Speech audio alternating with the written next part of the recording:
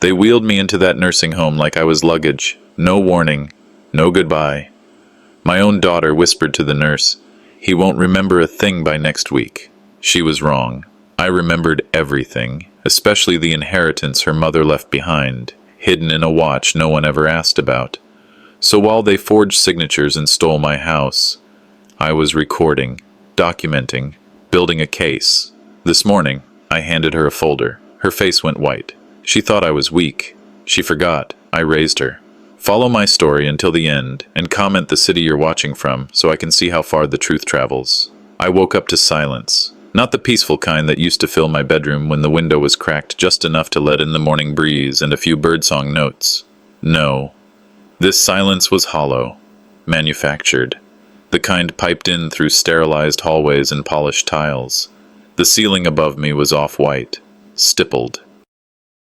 A slight buzzing came from the fluorescent lights.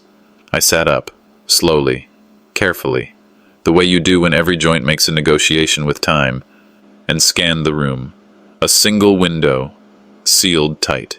A TV bolted to the wall, beige walls. One chair, too uncomfortable for guests. I swung my legs over the bed and shuffled toward the door. The handle clicked uselessly, locked. I knocked once, then harder. A nurse passed by. Young, nervous. She glanced at the tray she was holding like it contained state secrets. "Excuse me," I said. "Why is the door locked?"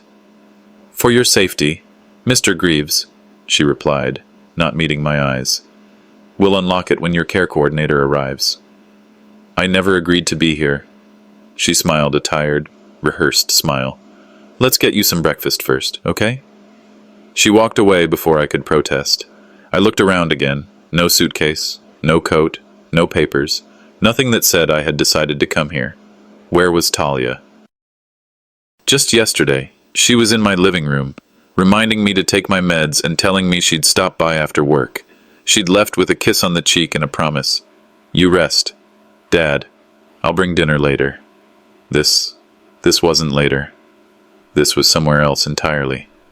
I sat on the edge of the bed, phone in hand, no signal bars. After fiddling with the settings, it finally connected to the home's Wi-Fi. First, I dialed Talia.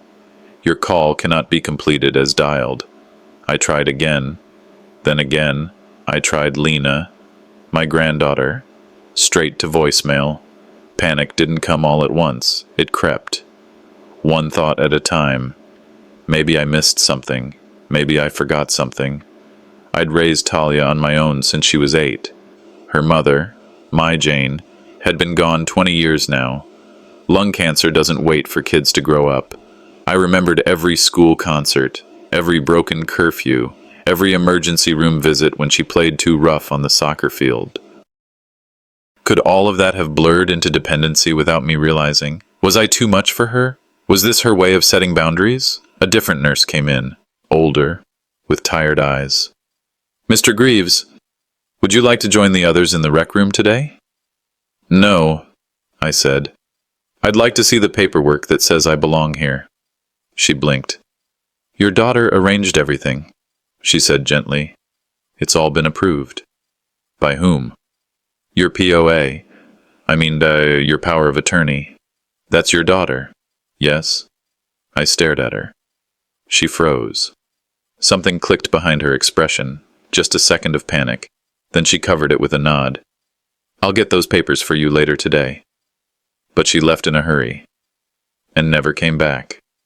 That night, as I unpacked the toiletries someone had arranged for me, I found a yellow sticky note folded into the corner of the bag, in shaky handwriting. "Stay quiet. It's for your own good. T. 3 days." That's how long it had been since my 74th birthday. The calendar confirmed it. The date stared at me like an accusation.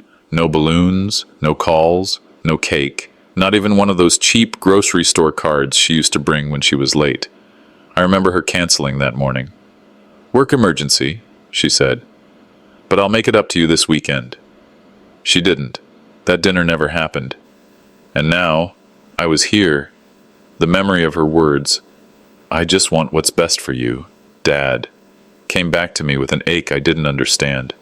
There had been tears in her eyes that day. She said she felt overwhelmed, that I needed more care. She'd held my hand and asked if I trusted her. I had. Now, I wasn't sure.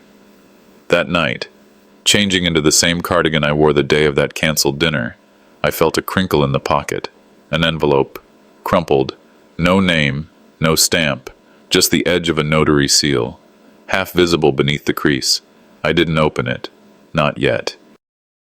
Because if it was what I feared, it wasn't just betrayal, it was theft. The envelope trembled in my hands as dawn crept through the slats of the window blinds. The morning light had a way of making even the worst realities seem undeniable, and what I was about to read felt like the beginning of something I couldn't take back. Inside the unmarked envelope was a single sheet of legal paper, aged just enough to suggest recent use but not enough to be old. The notary seal was clear. It was a real estate power of attorney, giving my daughter Talia full rights to act on my behalf in all matters regarding the house in Bergenfield. My house. My signature was there, neatly scrawled, dated precisely on my birthday, but I never signed it. Not that day. Not ever. A cold hollowness began to bloom in my chest. I traced the handwriting. Neat, smooth, but not mine. Not fully. The M in my name was wrong. Too wide. The loops in the R looked practiced. Not natural. Whoever did this had studied me, watched me write, maybe even forged it more than once to get it right. The betrayal stung deeper than I expected. This wasn't a misunderstanding. It was calculated, and it happened on a day that should have meant something else entirely. 3 days earlier, I had set the table. It had taken me longer than usual. My knees weren't what they used to be, but I laid out the nice tablecloth, the one with the stitched corners my wife used to fuss over. I ironed my best shirt, brushed what little hair I had left, even lit candles for the center. Talia had promised she'd come by for my birthday. Dinner. Just the two of us, like we used to do before everything got complicated. I waited. 6 p.m. turned into 7, then 8, then 10. No call. No knock at the door. Eventually, the candles burned out on their own. At first, I made excuses for her. Maybe the hospital called her in. Maybe Lena had an emergency.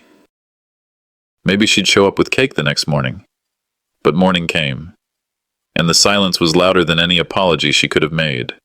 Now, seeing the date on that forged document, I knew what she'd been doing that night. She wasn't busy. She wasn't stuck.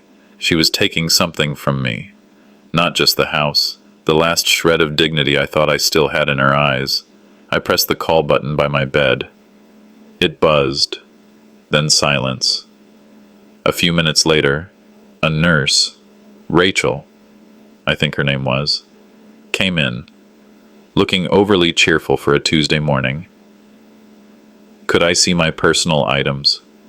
Please, I asked, trying to keep the sharpness out of my voice.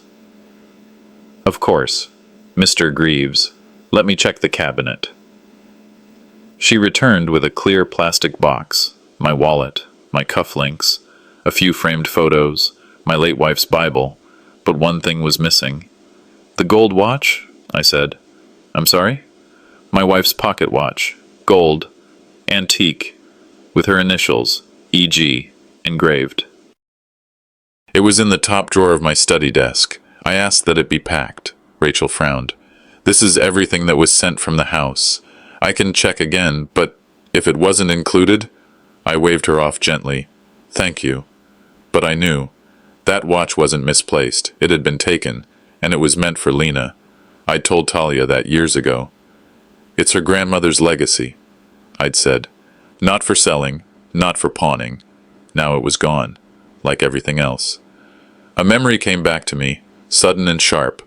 2 weeks before the birthday dinner that never happened, I'd walked into my study and found Sarah, Talia's niece from her husband's side, kneeling near the bookcase.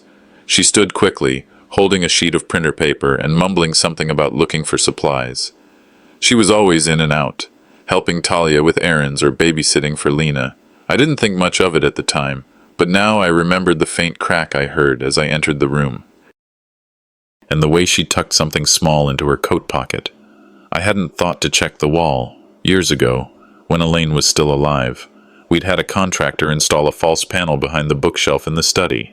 Inside, we kept copies of important documents, life insurance, marriage certificates, even a second copy of our joint will. That will named Lena as the future beneficiary of our home, not Talia. It had been signed, notarized, and stored securely. Now I feared that panel had been found, or worse, emptied. That document was meant to protect what Elaine and I built together, and it seemed someone knew exactly where it was. Later that night, just as I turned off the bedside lamp, I overheard two nurses chatting in the hallway outside. He hasn't been back in weeks. Used to bring groceries every Tuesday like clockwork. Maybe he got sick? No idea. Mr. Greaves asks about him, but no one seems to have his number anymore. They were talking about Tomas. Tomas, the handyman who helped around my house for years. The only person other than me and Elaine who knew about the hidden panel. He was supposed to come by and fix the leaky faucet in early October. He never showed. No calls. No text. Nothing. If Tomas was missing, or if someone made him disappear quietly, it meant this was more than betrayal. It was a coordinated effort, a cover-up. The hallway felt longer than usual that morning, the light buzzing from the overhead fixtures, the soft squeak of rubber soles against waxed floors. Everything rang a little sharper. My fingers grazed the railing as I walked, steadying myself not from age, but anticipation. Just as I passed the nurse's station, Nurse Denise stepped into my path. She wasn't scheduled for this wing. Not today. Mr. Greaves, she said, lowering her voice, eyes scanning the hallway. Don't say anything about Tomas. Not here. The name stopped me cold. I hadn't told a soul, not a patient, not even the front desk. My stomach tightened. Why? I asked, keeping my voice level. Denise glanced behind her, then leaned closer. There are things you don't want on the record. Things people like to disappear. She gave a small nod, and just like that, she walked away. The message was clear. Someone was listening.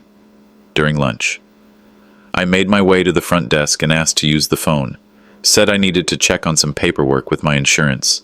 The receptionist, a new girl with tired eyes and a kind smile, handed it over without a second glance. My fingers trembled only slightly as I punched in Tomas's number. It rang twice. Then, a voice, cautious, clipped. Hello? Tomas, I said. It's me, Merrick. There was silence on the other end. Then a breath. Mr.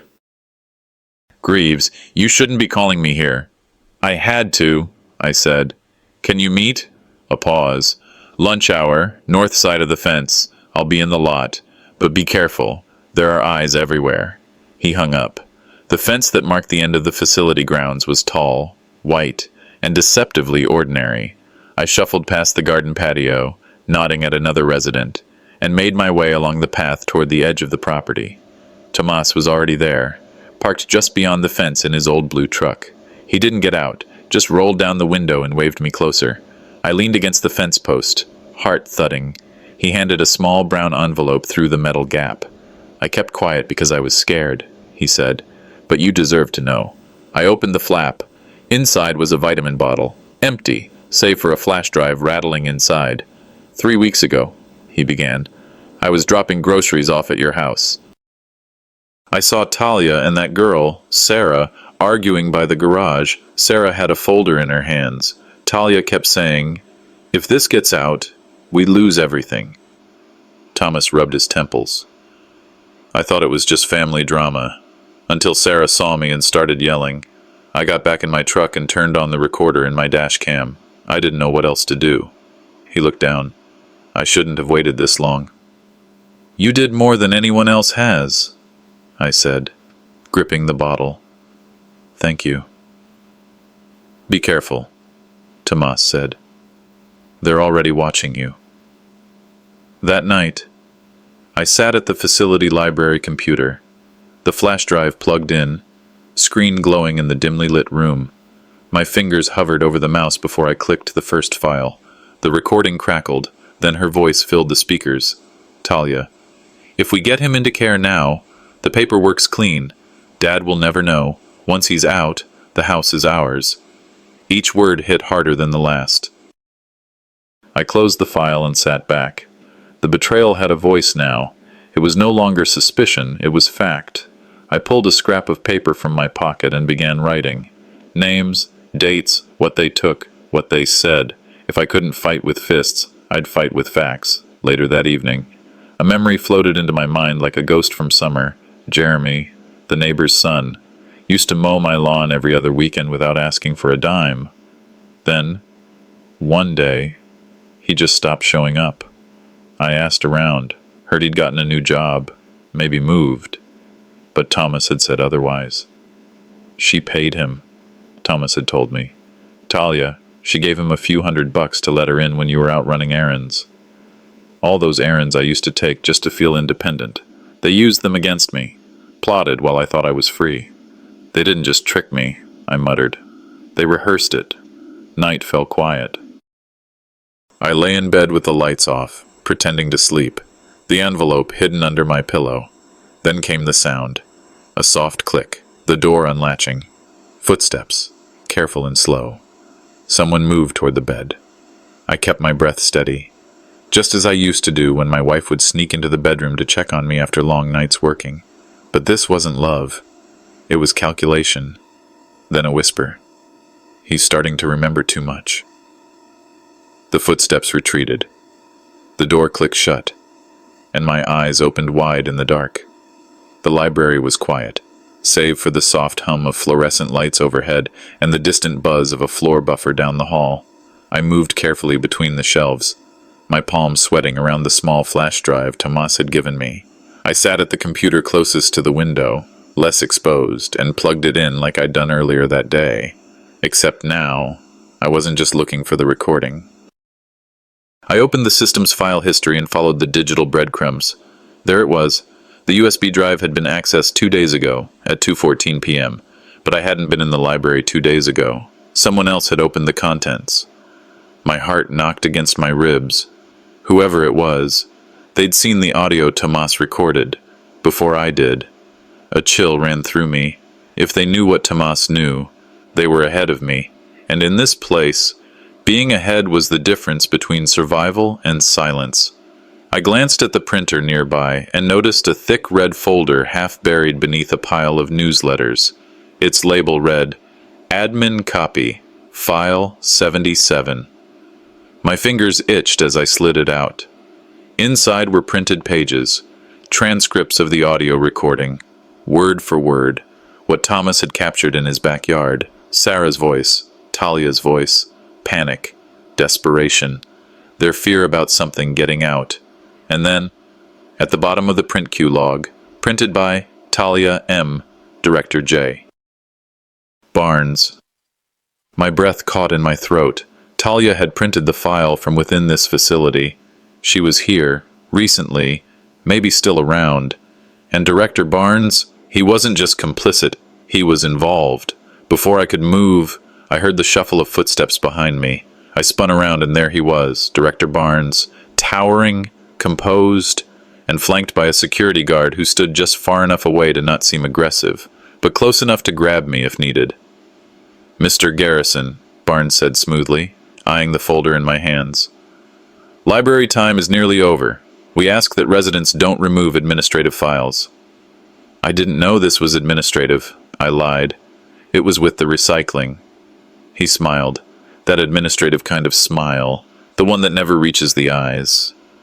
We both know you've been curious lately, looking into things that, frankly, aren't helpful for your recovery. My recovery? I snapped.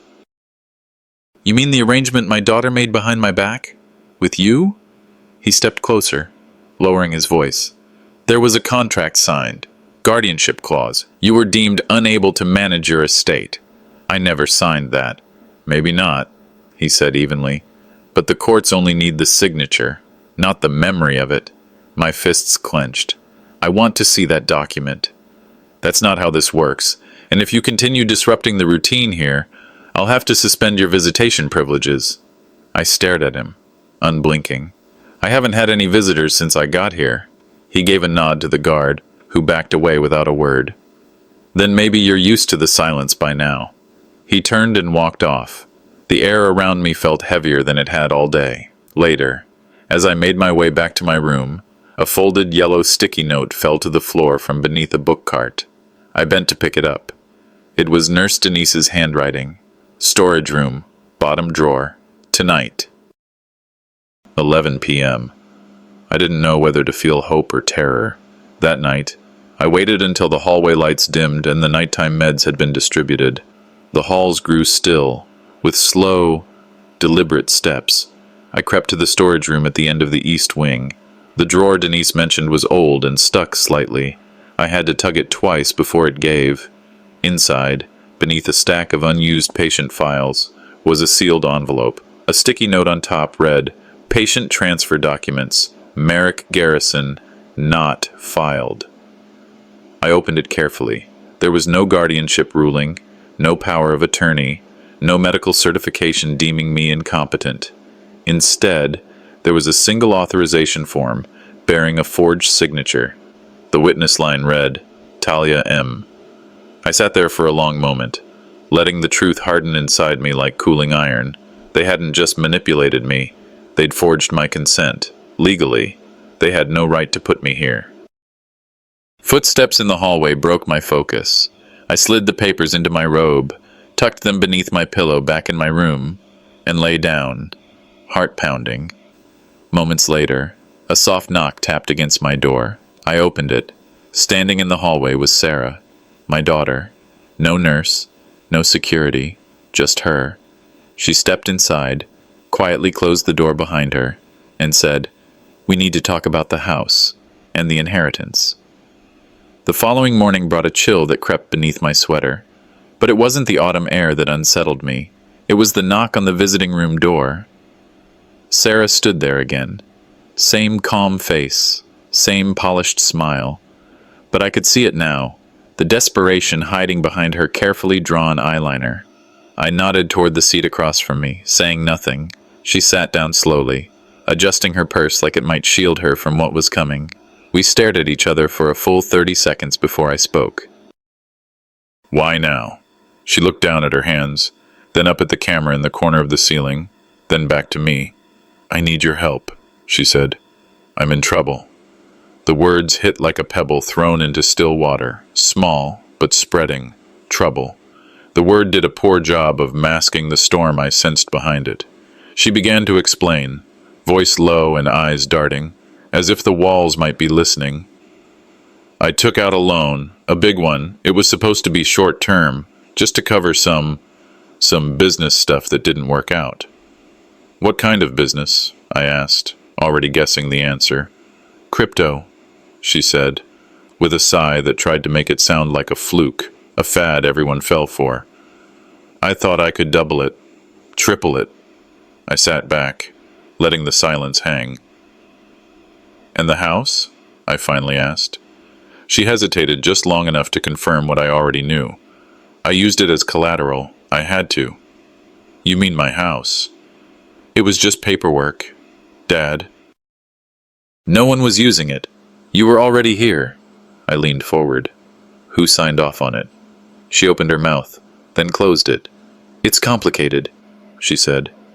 "No, it's not," I said sharply.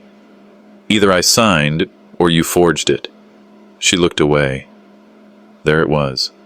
No denial, just guilt wrapped in cowardice. The bile rose in my throat. All those Sunday visits, all that concern. You were setting the stage. She didn't argue, just let it settle in the space between us like smoke from a slow-burning fire. "I didn't want to do it this way," she finally said, "but I was drowning." "You didn't ask for help. You stole it. I thought if you were declared mentally unfit, I could manage things for you, legally." "And you faked the reports?" I asked. She nodded, barely.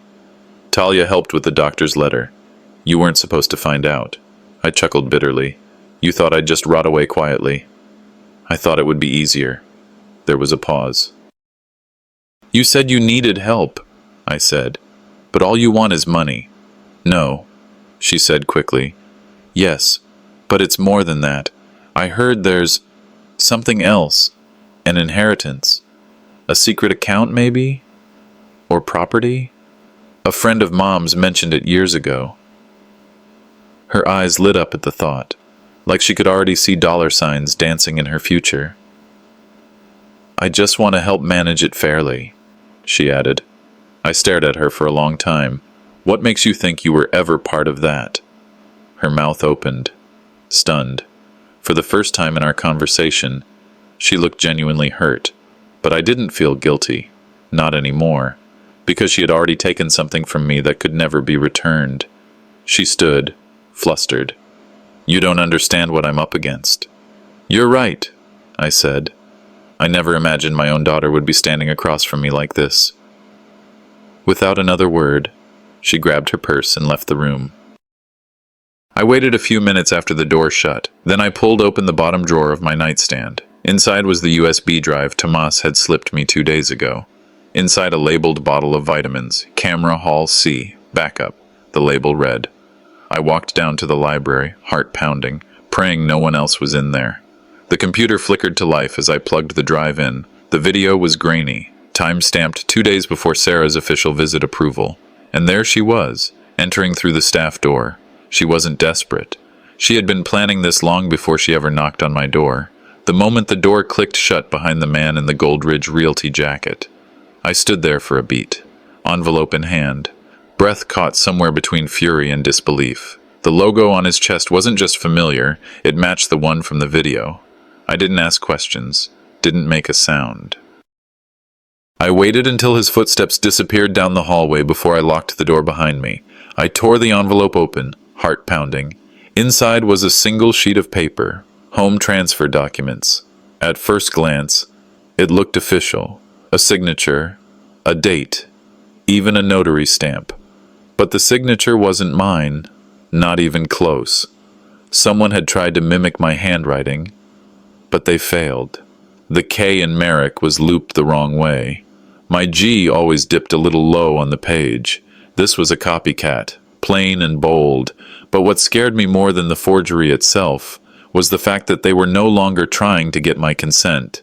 They thought they didn't need it anymore. I slipped the document into my sock drawer, underneath a pile of unused greeting cards, and sat down, fists trembling against my knees. The video footage from Tomas had already proven premeditation.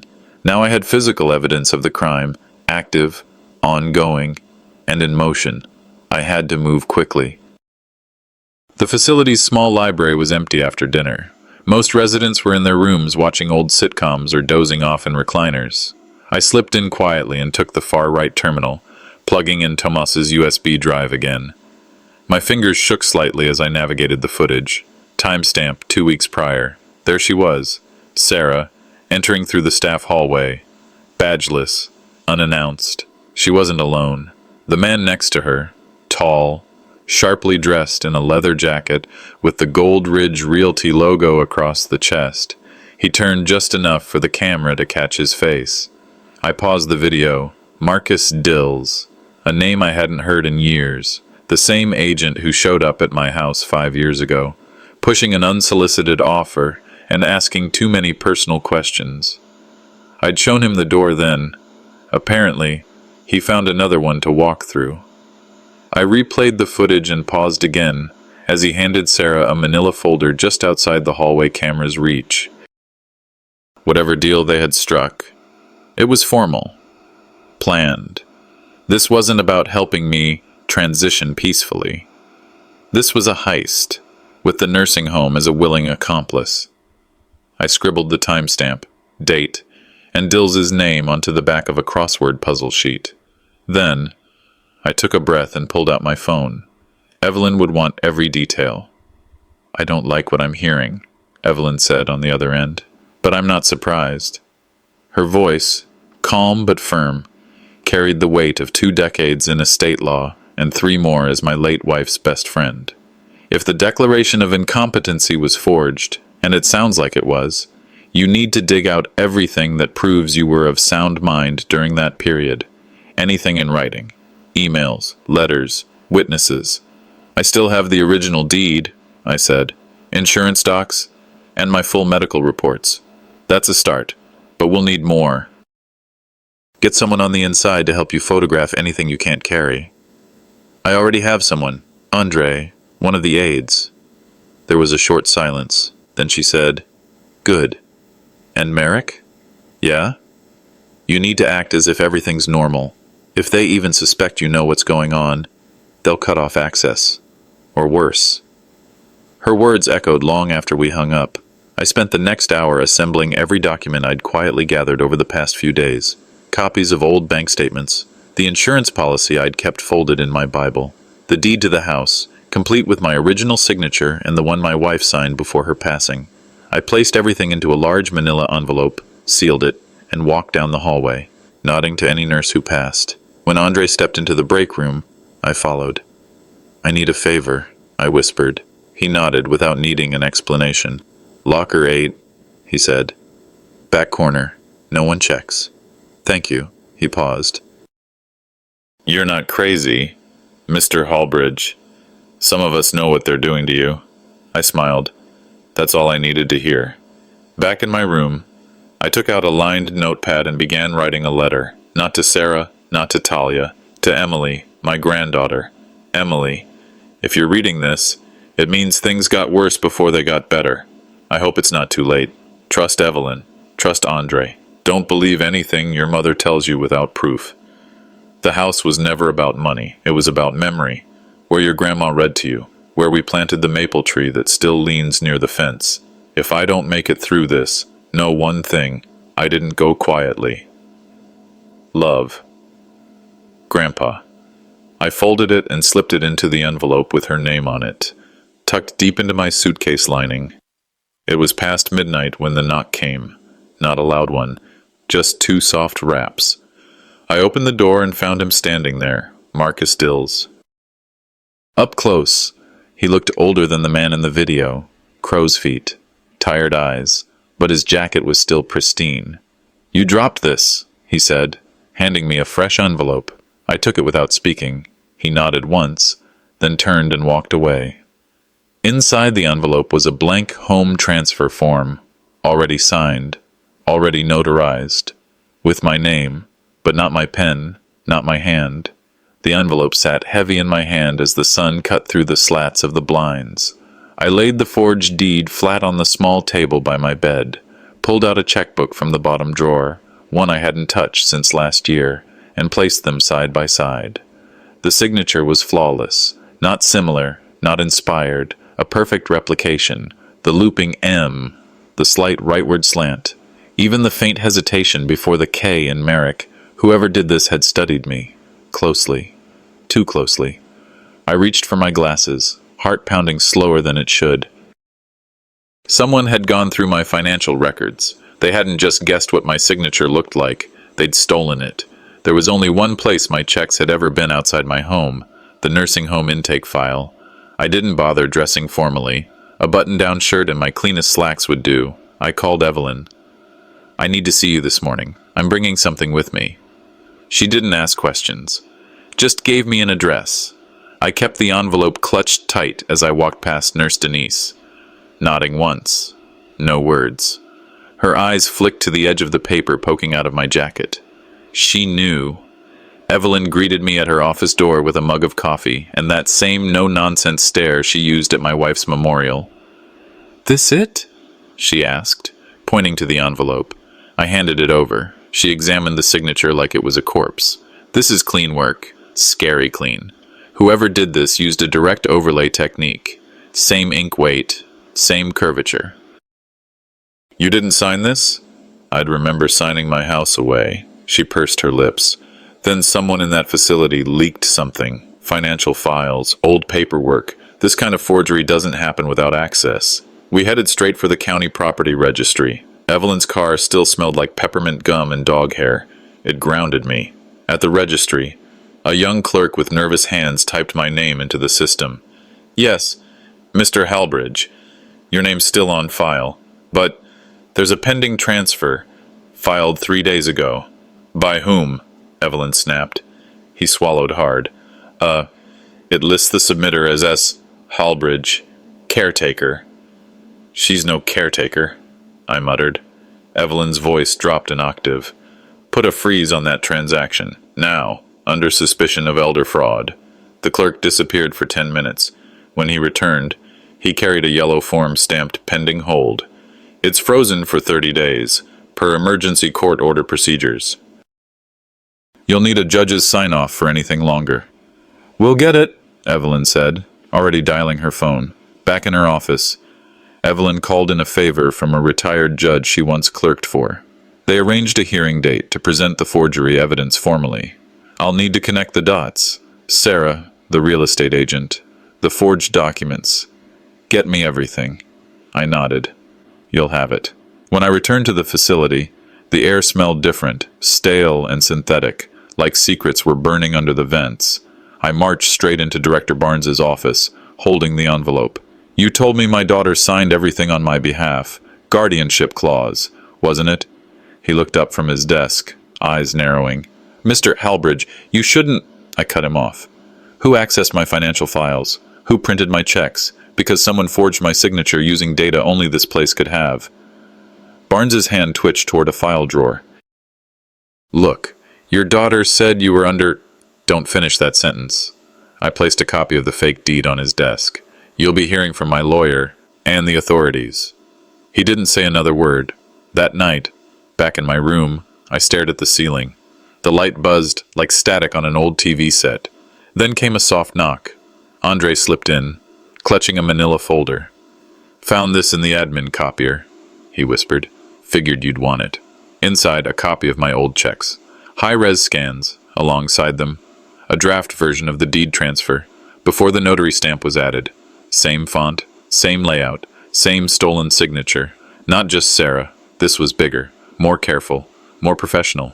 And it had started long before I ever set foot in this place. The floorboard groaned as I eased it open, the same way it had 15 years ago when I first tucked the watch away. The metal glinted faintly in the early morning light. Not flashy or modern, just an old pocket watch with initials engraved in gold, JG. For anyone else, it might have looked like a sentimental relic, but to me, it was leverage. I held it in my palm a moment longer than needed. My wife had gifted it to me the year before she passed. She knew even then that the family was splintering. Put what matters inside, she'd whispered. So I did. Now it was time to remember why. I dressed quickly and tucked the watch into the breast pocket of my cardigan. I didn't want to keep Evelyn waiting. Mr. Klein's shop hadn't changed much. The paint had faded from pale green to something closer to ash, but the little bell over the door still jingled with the same gentle chime. He looked older. Yes, more stooped, thinner hair, but his hands, those hands, moved with surgical precision.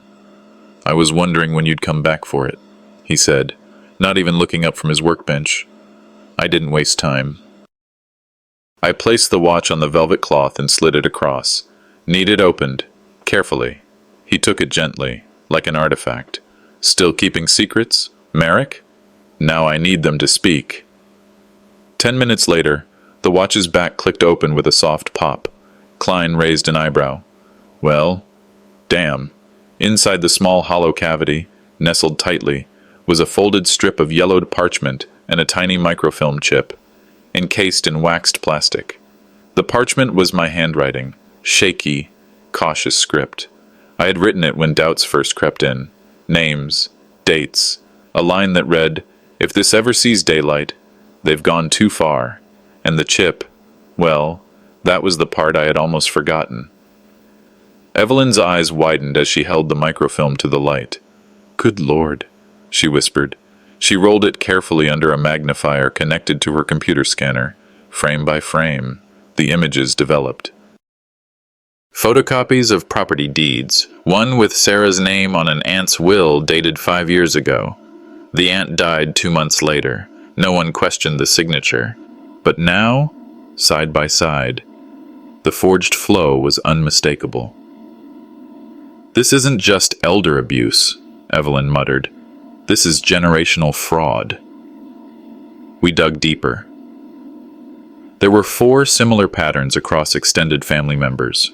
Older women with moderate assets, each with documents updated mysteriously close to their passing. Sarah hadn't just gotten bold recently, she had practice. Evelyn leaned back in her chair, rubbing her temples. I can file for injunctive relief, force an audit, maybe even involve the bar if we connect enough dots. But Merrick, this is big. You ready for what happens next? I looked down at the watch in my hands. I was ready the day she tried to make me disappear. The legal memorandum Evelyn drafted was a masterpiece of quiet menace. Clean, clinical language, but every word sliced like glass. It laid out Sarah's history, including her ties to Goldridge Realty and her relationship with the now suspect agent Marcus Dills. We didn't accuse yet.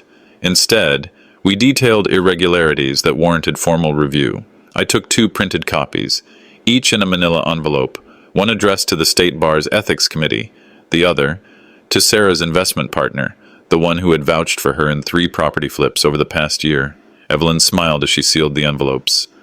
Sometimes you don't have to strike the tree. Just show the axe to the forest. For the first time in weeks, I let out a breath that wasn't soaked in bitterness. Not joy either, just resolve. Later that afternoon, I left Sarah a voicemail. I know about the Hallbridge transfer. We need to talk. I didn't yell, didn't accuse, just left the words hanging, a baited hook. Meanwhile, Evelyn dropped the anonymous packets into the post. We weren't going to knock on Sarah's door. We were going to make her run to open it.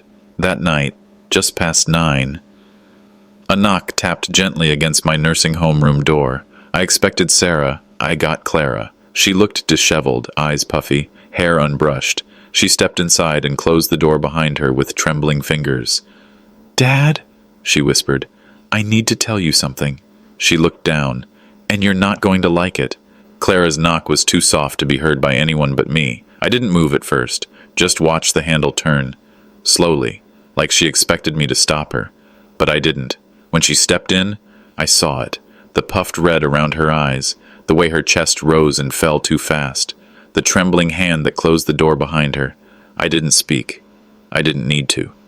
She lowered herself into the chair across from me like it was covered in glass shards. I could feel the weight of decades between us. Years of distance. Misunderstandings. Pain neither of us had the courage to name until tonight. "I didn't come to argue," she said, voice hoarse, "or to justify anything. I came because I couldn't carry it anymore." She reached into her pocket and pulled out a crumpled tissue. That's when I realized this wasn't strategy. This was surrender. "I didn't mean for any of it to go this far," Clara began, avoiding my eyes. I was scared. Sarah had something on me." I waited. "Back when I worked at the clinic," she said, I got caught taking medicine I wasn't supposed to. For Aunt Linda. She didn't have insurance, and I thought I could slip a few vials and no one would notice. They didn't press charges, but it's on file somewhere." I said nothing.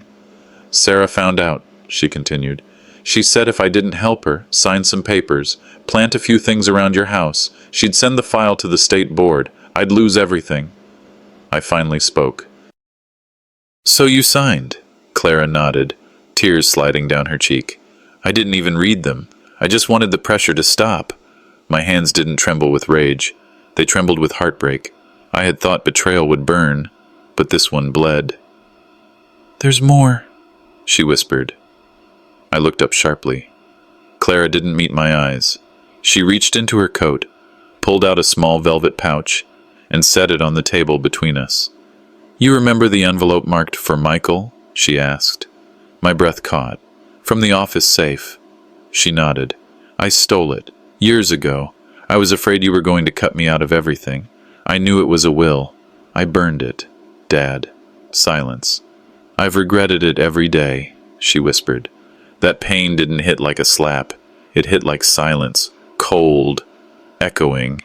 Endless. I stood, walked to the window, stared out at nothing. "You didn't just steal a paper," I said. "You stole my peace. You stole your brother's chance to know I hadn't forgotten him." She rose, reached for me, and I stepped back. "I'll forgive you, Clara," I said, "but not today. Not while the damage still smokes in my hands." She nodded, broken but understanding. "I want to make it right," she said. "Sarah, She's planning to liquidate the house. 3 days. She's already lined up a private buyer, and she keeps digital backups of everything. I know where. I turned slowly. You're willing to testify? If it means earning even a shred of your trust back, yes. I nodded. Then here's how we start. I laid out the timeline. I told her what Evelyn and I had uncovered. I gave her names, dates, and asked questions only someone on the inside could answer. She did, with precision, with guilt, with something close to redemption. After she left, I waited a moment, then reached beneath the table, pulled out the tiny voice recorder. The red light was still blinking. I pressed stop, saved the file, picked up the phone and dialed Evelyn. When she answered, I didn't waste a breath. No more reacting, I said. It's time we go on offense. The old kettle on Evelyn's stove hissed as she poured steaming water into 2 chipped mugs. Her apartment smelled faintly of lavender and paper, an odd comfort that reminded me of better times. The morning sun sliced through half-drawn blinds, casting stripes across the sea of folders and notepads covering her kitchen table. We sat across from each other, the silence heavy with purpose. Evelyn wore her usual pressed blouse, but her eyes gleamed with a kind of energy I hadn't seen in years. I was up all night organizing our timeline, she said, sliding a folder toward me. And you're going to want to see this. She pulled out a worn ID card. Superior Court of New Jersey, legal clerk, Evelyn Marsh. My eyebrows lifted before I could stop them. You worked in the system? I asked. 15 years, she replied, sipping her tea. Retired early after watching too many innocent folks get steamrolled by people with fatter wallets and fewer ethics. Thought I was done with all that. Until now. That quiet fire I'd seen growing in her was now a full flame, and it mirrored something inside me. Not rage, not yet, but clarity, direction. We turned our attention to the USB drive from last night, the one with Clara's confession. Let's get her statement locked in, Evelyn said, opening her laptop. We'll coach her over the phone, make sure it's admissible. I clicked the drive into place. Clara's voice filled the room, wavering at first, but gaining strength with every word. The part about burning the will hit hard, but I stayed still. By the end of the recording, Evelyn was already drafting an affidavit template. I'll send it to her right now, she said. Once she signs, we have her official testimony. She'll hand-deliver it to the county judge by noon. While she handled Clara, I stared out the window. Across the street, a boy tossed a football with his dad. The way the father smiled, open, relaxed, hit me like a gut punch. I looked away. By mid-morning, we dove into the forged documents again. Evelyn walked me through them like a crime scene, pointing to the notary seals, the date mismatches, the language inconsistencies. She used a known disbarred paralegal's stamp, Evelyn muttered, almost impressed. Sloppy, but desperate, and I know someone in the clerk's office who can verify this. She dialed fast. Hey, Tony. Yeah, it's Evelyn. I need you to pull up file 23A. Property reassignment on Halbridge Lane. Look at the stamps. Tell me if any were filed using revoked credentials. She winked at me while the line crackled. Perfect, she whispered. He's checking. While we waited, Evelyn turned to the real prize, the footage. Thomas had given me 2 USBs. One held Clara's confession, the other, gold. We plugged it into her laptop. The time-stamped video showed Sarah and the man from Goldridge Realty entering my room in the middle of the night. I was asleep, completely unaware. Evelyn froze the frame. There, right there. Timestamp 2:47 a.m. 5 days before the doctor's letter falsely declared me mentally incompetent. They walked in with a folder, walked out without it. Evelyn whispered, "This is gold." By early afternoon, we were ready. We headed downtown, both of us loaded with folders, flash drives, and resolve. At the county courthouse, we met her old supervisor, now a deputy judge, who still remembered Evelyn fondly. We're filing a motion to freeze all estate transfers under fraud suspicion, Evelyn said, handing him the packet. He skimmed the pages, pausing only when he saw Clara's affidavit and the surveillance log. This is serious stuff, he said. You've just started a war. Merrick Halbridge, husband, father, betrayed man, nodded slowly. Good. By the time we walked out, my spine felt straighter. I wasn't just fighting for my home anymore. I was fighting for every version of myself they tried to erase. As we stepped into the sunlight, Evelyn's phone buzzed. She knows we filed it, she said quietly. She's coming. I didn't flinch. Let her, I said, my voice as steady as I could make it. It's my house, my legacy, and I'm not done yet. The front door slammed open like a gavel striking down justice. Sarah burst in, high heels slicing against the tile, fire in her eyes. Behind her was a young man in a pressed navy suit, briefcase swinging, too green to understand the firestorm he'd just walked into. She didn't even look at me. Her attention was locked on Evelyn and Clara, seated on my living room couch, sipping their tea like this was just another polite Sunday gathering. You think you can freeze my accounts? She hissed, voice sharp as glass. You think you can erase me from the house title like I'm nothing? I didn't move. I didn't blink. I wanted to see it all play out. Sarah had always believed anger was her leverage, but she was about to learn silence, when held correctly, could burn louder than shouting. I'm still your daughter, she snapped at me now, turning her glare toward the couch. And legally, I'm still entitled to a portion of this property. Evelyn remained still. Clara sat taller, her face unreadable, until Sarah made the mistake of looking at her. And you? Sarah spat. How dare you turn against me now after everything I've done for you? Clara's voice was steady. You left him drugged and locked away. That's what you did for me? The lawyer opened his mouth, then closed it. The confidence was draining from him like air from a slit tire. I picked up the remote beside me and handed it to Evelyn without a word.